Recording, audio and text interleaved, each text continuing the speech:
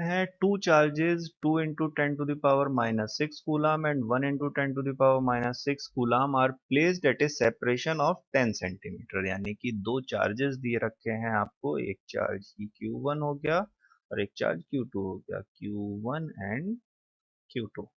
इन दोनों के बीच का जो सेपरेशन है वो है 10 सेंटीमीटर। अभी हम इसको मीटर में कन्वर्ट कर लेंगे। Where should a third charge be placed such that it experience no net force? अब देखिए हमको एक तीसरा चार्ज Q3 प्लेस करना है इन दोनों के पास में, तो कहाँ प्लेस करें? ये एक बड़ा टिपिकल सा क्वेश्चन है। देखिए Q1 भी पॉजिटिव, Q2 भी पॉजिटिव। अगर हम चार्ज को यहां प्लेस कर देते हैं तो Q1 उसको रिपेल करेगा, Q2 उसको रिपेल करेगा, यानी कि एक फोर्स उस पर इधर लगेगा और एक फोर्स उस पर इधर लगेगा। तो अभी हम थोड़ी देर के लिए मान लेते हैं Q3 आपका यहां पर रखा हुआ है। ऑलराइट, इस डायग्राम को थोड़ा सा दोबारा से बनाते हैं आपकी समझ के लिए। Q1 ये हो गया, Q2 ये हो गया और बीच में हमारा आ गया Q3।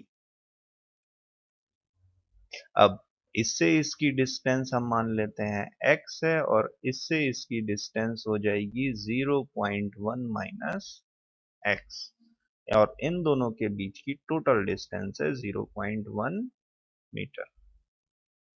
ऑलराइट, तो इस Q1 की वजह से इस Q3 पर जो फोर्स लग रहा होगा उसकी वैल्यू हम लोग F1 मान लेते हैं। F1 इज इक्वल टू हो जाएगा 1/4 pi epsilon naught Q1 Q3 upon x square. तो जब यहां से आप इसको सॉल्व करेंगे तो F1 इज इक्वल टू आएगा 1/4 pi epsilon naught Q1 2 into 10 to the power minus 6 into Q3 upon x square. ये हो गई हमारी इक्वेशन नंबर 1। F2 Q2 की वजह से Q3 पर जो फोर्स लग रहा होगा इस डायरेक्शन में वो हो जाएगा आपका फिर से 1/4 pi epsilon not. Same coulombs law से Q2 की वैल्यू डायरेक्टली रख लेते हैं 1 into 10 to the power minus 6 into Q3 upon distance क्या है 0.1 माइनस x का होल स्क्वायर। ये हो गई इक्वेशन नंबर 2। अब अगर इस Q3 पर नेट फोर्स जीरो होना चाहिए तो F1 इज इक्वल टू आएगा आपके पास F2 और F1 F2 को जब आप इक्वल करोगे तो आपको दिखेगा इस 1/4 पाई एप्सिलॉन नॉट को यहाँ पर K लिख लेते हैं, K into 10 to the power minus 6 Q3 upon x square is equal to K into 1 into 10 to the power minus 6 Q3 upon 0.1 minus x का होल स्क्वायर।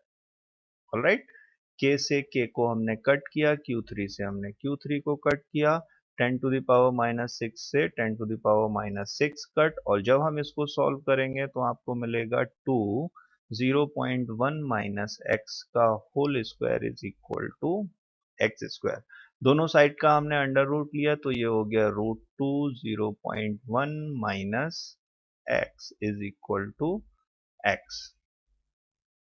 अब x की value यहां से आ जाएगी, x इज इक्वल टू ये under root 2 हो जाएगा, इधर जाएगा तो ये हो जाएगा 1 plus √2 is equal to 0.1 into under root 2 और x की वैल्यू यहां से आपको मिलेगी 0.1 √2 divided by 1 plus under root 2।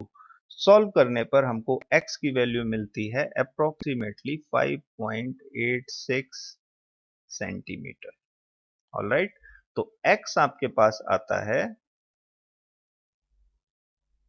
x is equal to 5.86 centimetre. यानी कि हमको जो Q3 रखना है, Q3 को रखना पड़ेगा इस Q1 से approximately 5.86 centimeter. Second charge in previous problem is -1 into 10 to the power minus 6. Locate the position where the third charge will not experience a net force. अभी जो हमने प्रीवियस क्वेश्चन देखा उसमें आपको बोला गया कि Q1 और Q2 ये है, यहाँ पर Q1 की वैल्यू थी 2 इंटू 10⁻⁻6 और Q2 की वैल्यू उस समय प्लस थी, लेकिन अब ये हो गई -1 इंटू 10⁻⁻6 और इनके बीच का सेपरेशन फिर से वही है 10 सेंटीमीटर। तो अब हमसे पूछा गया है कि जो तीसरा चार्ज हमको रखना है उसको कहाँ पर रखें कि उसके ऊपर नेट फोर्स आपका 0 हो जाए। अब ध्यान से देखिए, अगर हम उस Q3 को यहाँ रखेंगे इन दोनों के बीच में, तो एक नेगेटिव चार्ज है और एक पॉजिटिव चार्ज, तो उस पर एक ही डायरेक्शन में फोर्स लगेगा। अगर हम Q3 को पॉजिटिव मान लेते हैं तो Q1 उसको रिपेल करेगा और Q2 उसको अपनी तरफ अट्रैक्ट करेगा और उस पर नेट फोर्स जो होगा वो इस डायरेक्शन में होगा। इसलिए हम उसको इन दोनों के बीच में नहीं रख सकते। सपोज करते हैं कि वो Q3 हमने रखा यहाँ पर, जिसकी इस Q2 से डिस्टेंस है x, तो Q1 से उसकी डिस्टेंस हो जाएगी 10 प्लस x। अब इस केस में Q1 इस Q3 को क्या करेगा, अपनी दूर की तरफ रिपेल करेगा और Q2 इसको अपनी तरफ अट्रैक्ट करेगा। अब हम इस पर फोर्स नेट कर सकते हैं। तो सॉल्व करते हैं इसको एक एक करके। सबसे पहले Q1 की वजह से इस पर लगने वाला force F1 is equal to K into Q1 Q3 upon R square. R का मतलब 10 प्लस एक्स का होल स्क्वायर। तो F1 इज इक्वल टू हो जाएगा K इंटू Q1 की वैल्यू है 2 इंटू 10⁻⁻6 अपॉन 10 प्लस एक्स का whole square into Q3। Equation number हो गई हमारी 1। नेक्स्ट F2 इस Q2 की वजह से लगने वाला फोर्स फिर से K into Q2 Q3 upon x का होल स्क्वायर। तो F2 इज इक्वल टू हो गया K into 1 into 10⁻⁻6 Q3 upon x square. Equation number 2। अब फिर से नेट फोर्स हमको 0 करना है, तो F1 is equal to F2 होना चाहिए, क्योंकि F2 की डायरेक्शन F1 की डायरेक्शन इस तरफ है और F2 की डायरेक्शन इस तरफ है। ऑलराइट, तो F1 F2 को जब आप इक्वेट करेंगे तो आपके पास आएगा K, हमारे पास आएगा K 2 into 10⁻⁻6 Q3 upon 10 plus x whole square is equal to K into 1 into 10⁻⁻6 Q3 upon x square. Q3 ने Q3 को काटा, K ने K को काटा, 10⁻⁻6 ने 10⁻⁻6 को काटा। अब फिर से जब हम सॉल्व करेंगे तो हमारे पास आ जाएगा 2x square is equal to 10 plus x का होल स्क्वायर। यहाँ से जब हमने इसको सॉल्व किया, ये हो गया √2x is equal to 10 plus x. Solve करोगे आप तो आपको मिलेगा x is equal to 10 upon √2 minus 1। All right, और जब हम इसको सॉल्व करते हैं तो हमको मिलती है इसकी वैल्यू अप्रोक्सीमेटली 24.14 सेंटीमीटर। तो x इज इक्वल टू आ जाएगा आपके पास 24.14 सेंटीमीटर, यानी कि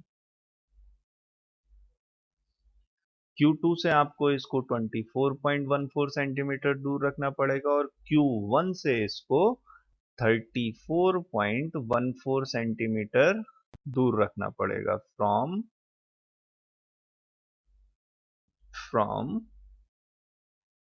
Q1। क्वेश्चन हमसे बोल रहा है कि two charge particle are placed at a distance of 1 centimetre apart, यानी कि दो चार्ज पार्टिकल हैं आपके पास, एक Q1 है एक Q2 है दूसरे पर चार्ज, और इनके बीच की जो डिस्टेंस है वो है 1 सेंटीमीटर।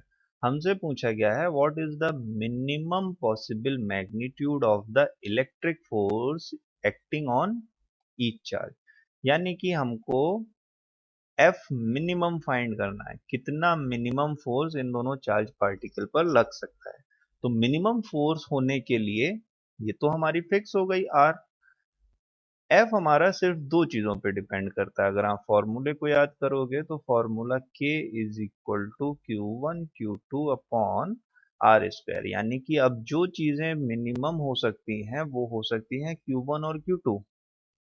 ऑलराइट, तो Q1 और Q2 अगर हमारा मिनिमम हो जाएगा तो इन दोनों के बीच में लगने वाला फोर्स भी मिनिमम हो जाएगा, और जैसे ही फोर्स मिनिमम हो जाएगा आपका क्वेश्चन सॉल्व हो गया। तो Q1 और Q2 की जो मिनिमम वैल्यू हो सकती है, या फिर किसी भी बॉडी पर जो चार्ज की मिनिमम वैल्यू हो सकती है, वो हो सकती है 1.6 इंटू 10⁻⁻19 कूलम, यानी कि चार्ज ऑफ इलेक्ट्रॉन, क्योंकि उससे कम चार्ज पॉसिबल ही नहीं है।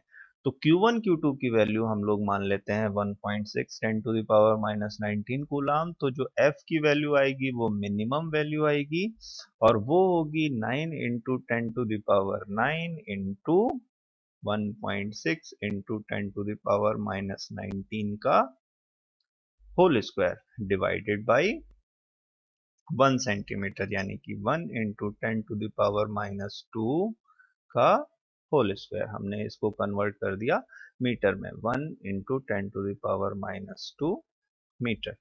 यहां से F मिनिमम अपना हो जाएगा, F minimum is equal to 9 into 10⁻⁻9 into 1.6 into 10⁻⁻38 divided by हो जाएगा 10⁻⁻4।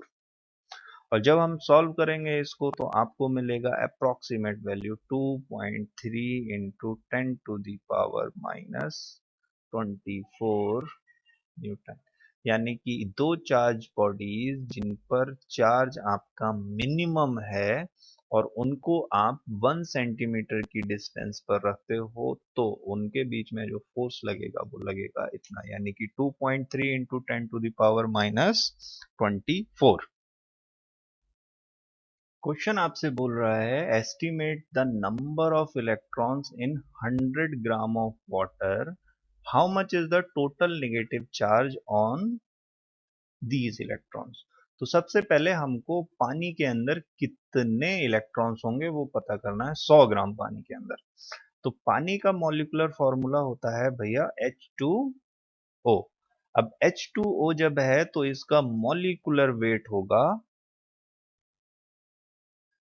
मॉलिक्यूलर वेट कितना हो जाएगा, 2 इंटू हाइड्रोजन का होता है 1 प्लस ऑक्सीजन का होता है 16, यानी कि टोटल मॉलिक्यूलर वेट हो गया 18 ग्राम। तो इसका मतलब ये हो गया 18 ग्राम वाटर में, 18 ग्राम वाटर में टोटल नंबर ऑफ मॉलिक्यूल्स होंगे, वो होंगे एवोगाद्रो नंबर के बराबर, यानी कि 6.023 into 10⁻23 molecules. All right,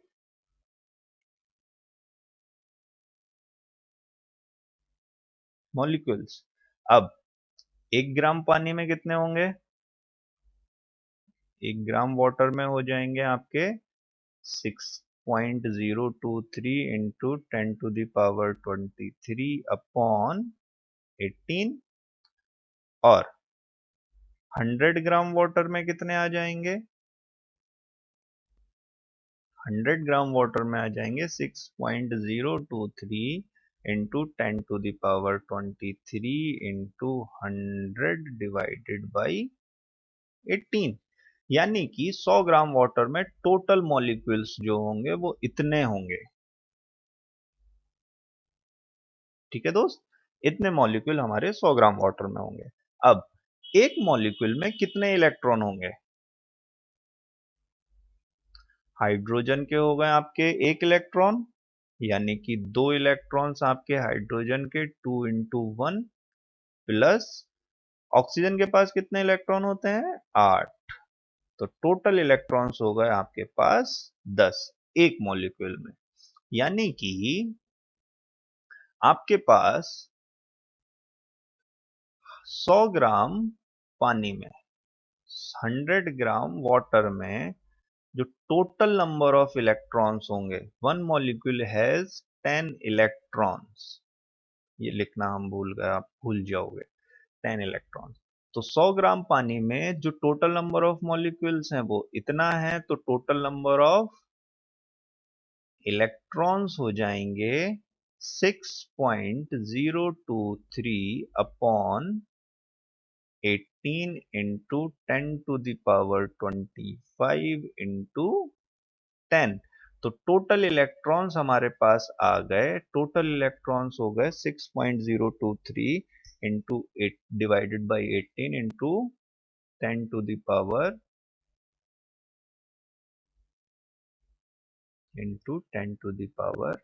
26। Total electrons होंगे हमारे पास इतने, कितने पानी में, 100 ग्राम H2O में। तो अब इन इलेक्ट्रॉन्स पर टोटल चार्ज कितना होगा, जब हम टोटल चार्ज फाइंड करने जाएंगे, total charge is equal to हो जाएगा 6.023 divided by 18 into 10 to the power 26 into 1.6 into 10 to the power minus 19, 10 to the power minus 19। और जब आप इसको सॉल्व करेंगे तो आपको मिलेगा 5.34 into 10 to the power 6 coulomb. Total charge इनका नेगेटिव चार्ज होगा पानी के ऊपर due to electrons is equal to 5.34 into 10 to the power 6 coulomb. हमारा न्यूमेरिकल हमसे बोल रहा है, suppose all electrons of 100 gram water are lumped together to form a negatively charged particle and all the nuclei are lumped together to form positively charged particle if these two particles are placed at 10 centimeter away from each other, find the force of attraction between them। यानी कि हमने पानी के जितने भी electrons थे उनको एक साइड में कर दिया और जितने भी प्रोटॉन्स थे हमने उनको एक साइड में कर दिया। इस पर चार्ज Q1 है, इस पर चार्ज Q2 है और इनके बीच का सेपरेशन कर दिया है हमने 10 सेंटीमीटर। तो हमसे पूछा गया है कि इनके ऊपर टोटल फोर्स कितना लग रहा होगा। अभी हमने लास्ट 100 ग्राम H2O में यानी कि पानी में जो टोटल इलेक्ट्रॉन होगा चार्ज पर वो होगा 5.34 into 10 to the power minus 10 to the power 6 coulomb. और पानी हमारा क्योंकि न्यूट्रल होता है तो 100 ग्राम H2O में जो टोटल चार्ज होगा प्रोटॉन्स का वो भी इतना ही होगा, यानी कि 5.34 into 10 to the power 6 coulomb. तो इसका मतलब है Q1 की वैल्यू भी यही हो गई और Q2 की वैल्यू हो गई ये। तो अब हमको सिंपल इसके बीच में फोर्स निकालना है, तो F इज इक्वल टू वही फॉर्मूला यूज करते हैं 9 into 10 to the power 9 into Q square. Q1 Q2 formula हमने कूलाम साहब वाला लगाना है 1/4 pi epsilon naught Q1 Q2 upon R square. तो 1/4 pi epsilon naught 9 into 10 to the power 9 हो गया। Q1 Q2 एक वैल्यू है तो 5.34 इंटू 10 टू द पावर 6 का whole square divided by R square. R की वैल्यू आपको दिया हुआ है 10 सेंटीमीटर, तो ये हो जाएगा 10 into 10 to the power minus 2 का होल स्क्वायर। और जब आप इसको सॉल्व करने जाएंगे तो यहां से आपको एफ की वैल्यू मिलती है, F is equal to 2.56 into 10 to the power 25 newton. इतना फोर्स लग रहा होगा हमारे इन दोनों चार्जेस के बीच में। अब compare it with your weight. अब सपोज कर लेते हैं हमारा जो वेट है m इज इक्वल टू है 50 किलोग्राम, आप 50 किलो के हो। इस 50 किलोग्राम को पहले न्यूटन में कन्वर्ट कर लेते हैं तो ये 500 न्यूटन हो गया। अब जैसे ही 500 न्यूटन हो गया तो m अपॉन एफ, कंपैरिजन करने के लिए दोनों का रेशियो लिया तो 500 divided by 2.56 into 10 to the power 25। और जब आप कंपैरिजन करके देखोगे तो आपको ये फील होगा कि आपका जो वेट है वो इसके सामने कुछ भी नहीं है। 195.3 इंटू 10⁻⁻25। अगर आपको हमारा ये वीडियो पसंद आया है तो हमारे चैनल को सब्सक्राइब करिए, लाइक करिए और शेयर करिए। Thank you.